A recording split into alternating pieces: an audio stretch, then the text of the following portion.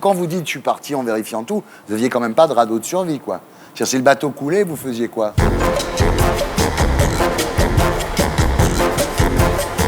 Nous accueillons notre terrien du samedi 20h. Ce soir, Corentin de Châtel-Perron, bonsoir.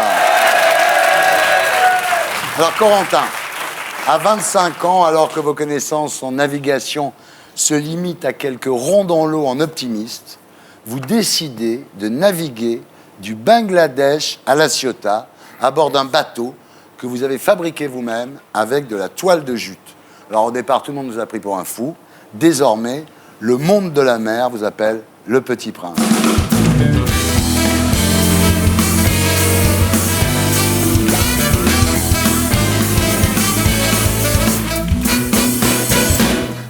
Corentin, rebonsoir. Vous êtes né à Vannes, dans le Morbihan, le 14 mai 1983, père notaire, mère conseillère conjugale. Votre famille habite à Musillac, un petit village de la côte bretonne. Ouais. Et vous construisez des cabanes dans les forêts, des radeaux pour naviguer sur les rivières. Enfance sympa. Ouais, en pleine campagne. Vous faites également des stages d'optimiste. Mais ça vous plaît pas, l'optimiste? Les stages d'optimiste, c'est un tiers du temps pour mettre le matos dans l'eau, un tiers du temps, tu te fais engueuler par le mono, et un autre tiers du temps, il faut ranger le matos. Ouais. Ça fait 3 tiers. Ouais. Ça dépend de la grosseur des tiers en même temps. Alors justement, le virus de l'aventure, vous l'attrapez à l'âge de 10 ans.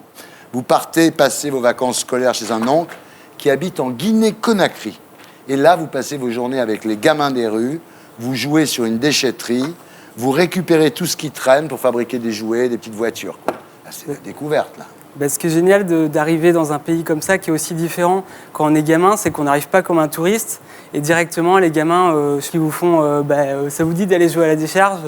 Ouais. Bah ouais, carrément. Ouais. Et du coup, on a fait des espèces de camions avec des bouts de tongs, des bouts de branchage et des bocs de conserve. Oui, c'est de là que date votre goût de la récupération et du J'ai recyclage. jamais arrêté de récupérer, ouais. Alors, pendant vos années d'étudiant, votre seule obsession, c'est de voyager. Vous allez 2 fois en Inde avec une ONG, au Paraguay, en Uruguay, en Argentine, en Éthiopie. Et un jour, un ami vous envoie une annonce. Yves Marre, aventurier français, cherche un volontaire pour monter un chantier naval au Bangladesh. Nourri-logé. Vous partez. Et sur le moment, ça m'a paru super excitant. Vous aviez quel âge? 24 ans. Vos parents, ils disent quoi? Ils étaient contents de me voir partir. Ouais. Alors là-bas, au Bangladesh, vous vivez dans ce qu'on appelle la sobriété heureuse, 1 euro par jour. Et j'en suis arrivé à vivre très simplement avec, en gros, du matériel de camping et quand même un ordinateur relié à Internet. Voilà. Et là, j'avais tout ce qui me semblait Et voilà. bon. Alors les bateaux que fabrique Yves Marre sont en fibre de verre et en résine. Alors le problème de la fibre de verre, c'est que d'abord, c'est pas écolo. Ensuite, c'est cher, c'est pas produit au Bangladesh. Et là, vous avez l'idée d'utiliser la principale production du Bangladesh, la toile de jute. Il faut savoir qu'au Bangladesh, c'est des sacs de patates, la toile de jute. Ça, c'est la production nationale et qui a même, au Bangladesh, un ministre du jute. Vous mélangez donc de la résine et de la toile de jute. Vous envoyez un échantillon à un chercheur en France qui vous dit « c'est bien ». Ouais, il dit c'est pas mal. Il faut continuer les recherches. Ouais. Vous construisez un bateau, donc, avec de la récup dans les chantiers navals. Ouais, à Chittagong, dans le sud du pays, c'est là que viennent finir leur vie pas mal de cargos. Et donc, ils arrivent à fond, à pleine balle sur la plage. Ils tankent le cargo sur la plage. Et donc, il y a des gars qui arrivent et qui creusent une espèce de petite porte tout en bas du cargo. Ils rentrent dedans, ils démontent tout. Et j'ai pu récupérer pas mal de choses pour équiper le bateau, ouais. Vous achetez un moteur chinois de 8 chevaux. Ouais, c'est le moteur qu'ils utilisent là-bas, ça se démarre à la manivelle. Ouais. Enfin, finalement, pour 7 000 €, vous faites votre bateau, quoi. Bateau, ouais. Alors, reste un détail à régler, apprendre la navigation. J'ai fini par ça. Quand même. Non, mais en fait, je connaissais la théorie. Ouais. Et ensuite, Yves m'avait expliqué comment est-ce qu'on mettait un point sur une carte, comment est-ce qu'on lisait une carte, la latitude, etc. enfin, ce truc-là. Tout ça. Et ensuite, j'avais un peu réfléchi à tous les problèmes qui pouvaient m'arriver.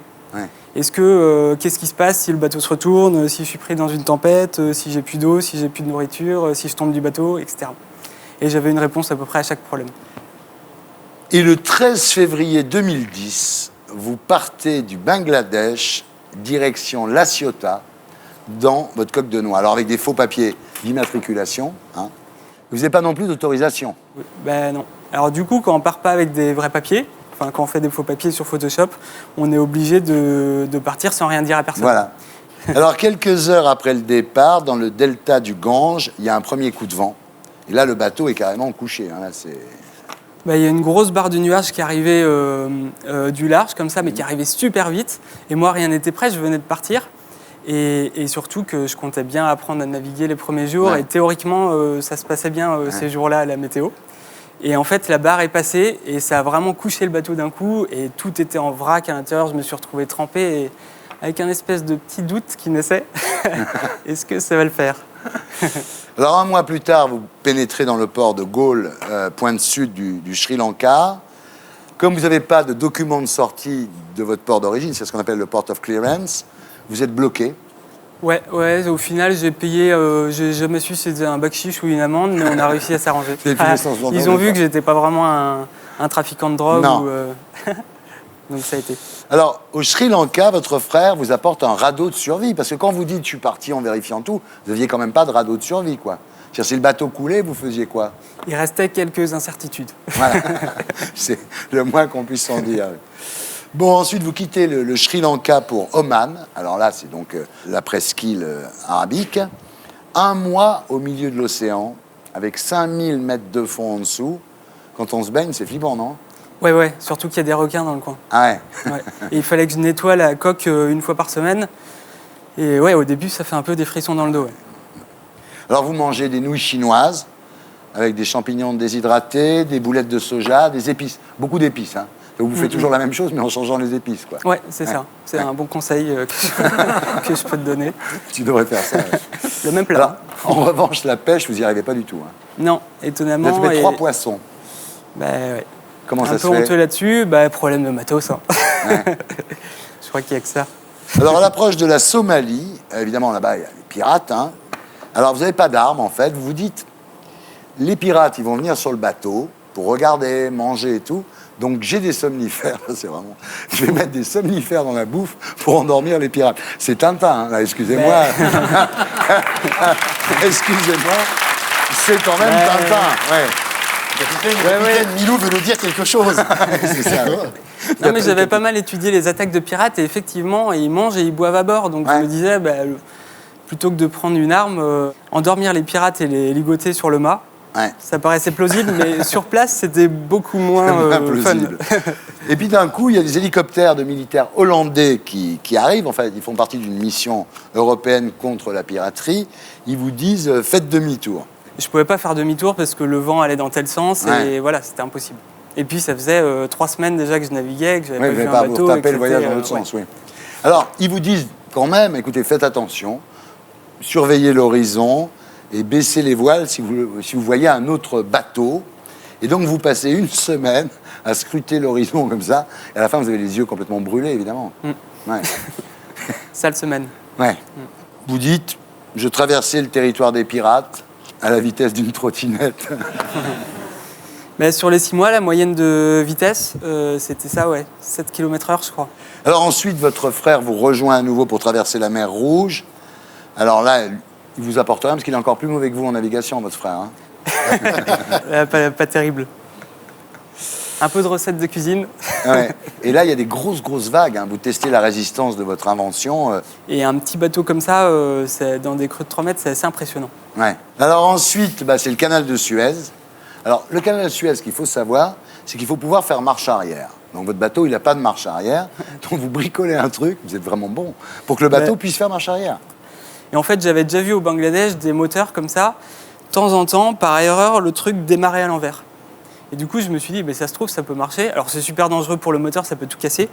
Mais j'ai fabriqué une manivelle pour pouvoir le démarrer à l'envers. Et j'ai fait venir 2 fois l'ingénieur, ça marchait pas. Et la 3e fois, mon frère essaye et paf, ça marche. Alors, en fait, les autorités découvrent que vous avez de faux papiers. Heureusement, vous êtes sauvé par le directeur du yacht club de Suez, en fait. Il a peut-être eu peur que mon bateau pourrisse dans son yacht club. Et il a téléphoné au patron du canal de Suez qui a dit, oui, il peut passer. Alors, vous avez payé 40 € pour traverser le canal de Suez. C'est quand même le passage le moins cher de tous les temps, quoi, non? Pour eux, c'était un record, ouais. Ouais, c'est ça. Je crois que personne n'a payé aussi peu. Alors ensuite, la Turquie, la Grèce, l'Italie. Et le 17 août 2010, après 6 mois de navigation en solitaire sur votre coque en toile de jute, vous arrivez à La Ciotat. Vous venez de parcourir, Corentin, 14 000 kilomètres.